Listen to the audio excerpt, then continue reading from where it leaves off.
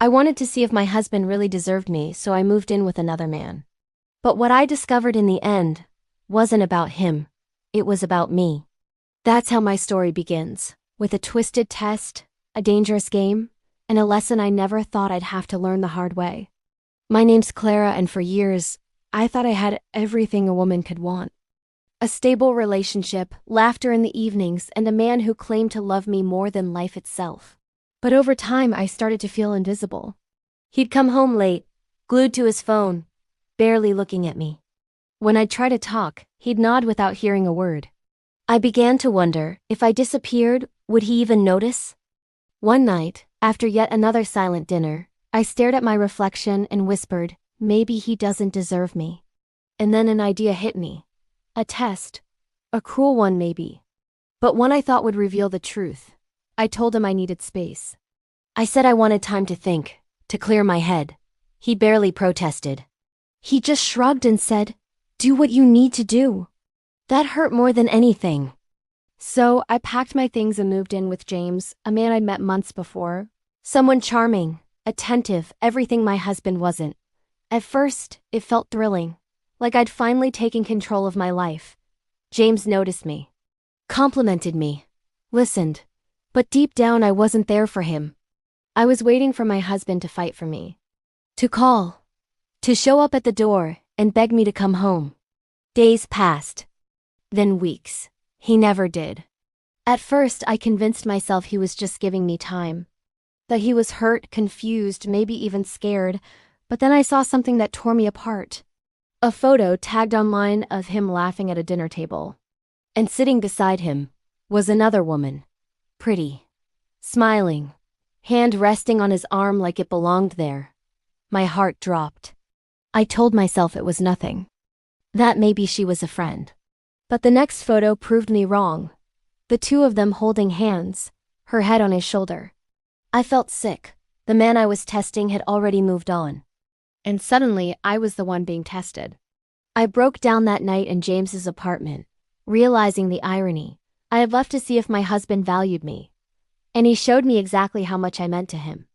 I decided to confront him. I showed up at the house unannounced. He opened the door, surprised. And for a brief moment, I thought I saw something in his eyes. Guilt, love, maybe both. Then she appeared behind him. The woman from the photos. Wearing his t-shirt, that image burned into my brain. Clara, he said quietly, you left. You said you needed space. I gave it to you. I wanted to scream that I'd only left to test him. That I never really wanted to lose him. But the words caught in my throat. He looked calm, too calm. And then he handed me a small envelope. Inside was a note. Just one line. I hope you find what you were looking for. It was like the floor vanished beneath me. For weeks I spiraled, angry, bitter, and humiliated. But somewhere in the wreckage of my emotions, a spark ignited. If he had moved on, I would too, but not in the same way. I wouldn't fake happiness or chase his attention anymore. I would rebuild myself into someone he'd regret losing. So I started over completely.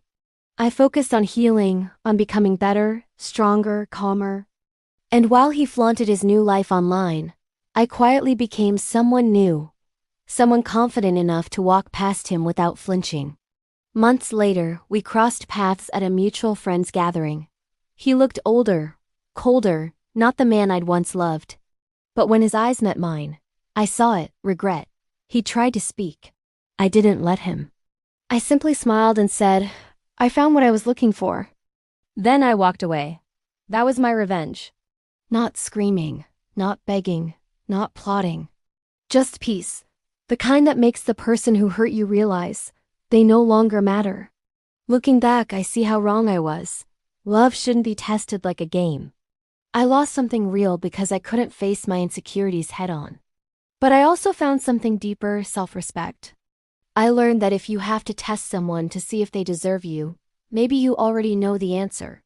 Sometimes, the greatest revenge isn't in making them hurt. It's in healing yourself so completely, their memory doesn't even sting anymore. Never test loyalty through manipulation. True love doesn't need proof. Heal, grow, and rise above the pain.